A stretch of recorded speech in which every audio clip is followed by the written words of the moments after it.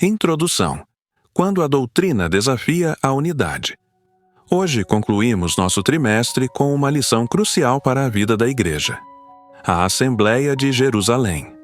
Esse momento histórico mostra que, mesmo entre os primeiros cristãos, surgiram conflitos doutrinários sérios. A grande pergunta era: os gentios precisam seguir a lei de Moisés para serem salvos? Essa questão ameaçava a unidade da fé. Fariseus convertidos insistiam que, além da fé em Cristo, os gentios deveriam guardar a lei, em especial a circuncisão. Mas os apóstolos entenderam que isso comprometeria a essência do Evangelho, a salvação pela graça mediante a fé. Efésios 2:8. Essa controvérsia levou a Igreja a um grande concílio em Jerusalém, buscando ouvir o Espírito Santo e preservar a unidade. A controvérsia em Antioquia. O início do conflito. O conflito começou em Antioquia, onde Paulo e Barnabé relatavam os frutos da primeira viagem missionária. Muitos gentios haviam crido em Jesus e recebido o Espírito Santo, mesmo sem seguirem a lei. Mas um grupo de judaizantes, vindos de Jerusalém, se opôs, dizendo que, sem a circuncisão, ninguém poderia ser salvo. Atos 15:1. O impasse era sério. A Igreja de Antioquia, então, decidiu enviar uma delegação a Jerusalém para tratar do assunto com os apóstolos e presbíteros. Aqui vemos um princípio precioso. Quando a Igreja enfrenta dilemas, ela deve buscar sabedoria coletiva e direção do Espírito.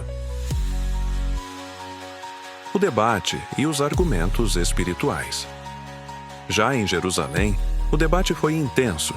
Os judaizantes defendiam que os gentios deviam guardar a lei de Moisés, Atos 15:5. Mas Pedro se levanta com autoridade espiritual e relembra o que aconteceu com Cornélio e sua casa em Cesareia. Ele testemunha que Deus concedeu o Espírito Santo aos gentios da mesma forma que aos judeus, sem exigir obras da lei. Atos 10, 44 a 46, 15:8. Pedro afirma: agora, pois, por que tentais a Deus, pondo sobre a cerviz dos discípulos um jugo que nem nossos pais puderam suportar? Atos 15:10. Seu argumento é claro. A salvação é pela graça, e o Espírito Santo é a prova da aceitação divina. A confirmação pelas Escrituras. Tiago fala. Após Pedro, Tiago, irmão do Senhor e líder respeitado, toma a palavra. Ele não cita experiências, mas recorre às Escrituras. Tiago mostra que os profetas já haviam previsto que os gentios seriam parte do povo de Deus. Atos 15:15. Ele cita Amós 9:11 a 12, onde Deus promete restaurar a casa de Davi e incluir os gentios em seu plano de redenção.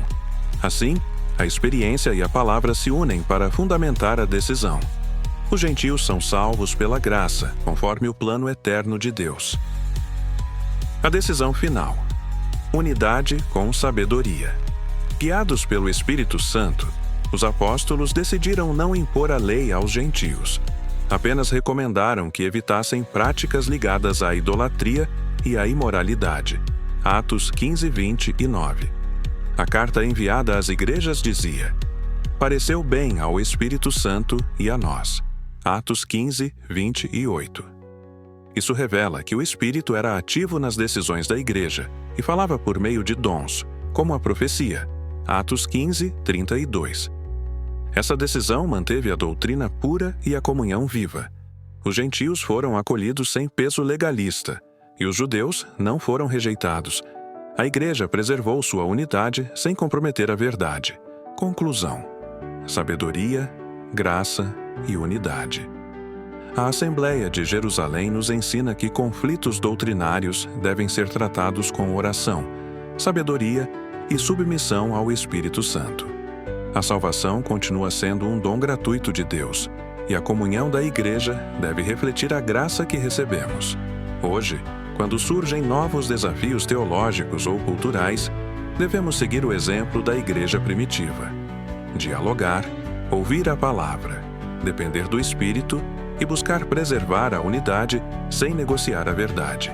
Que a graça continue sendo o centro da nossa fé e que o Espírito Santo continue sendo nossa fonte de direção.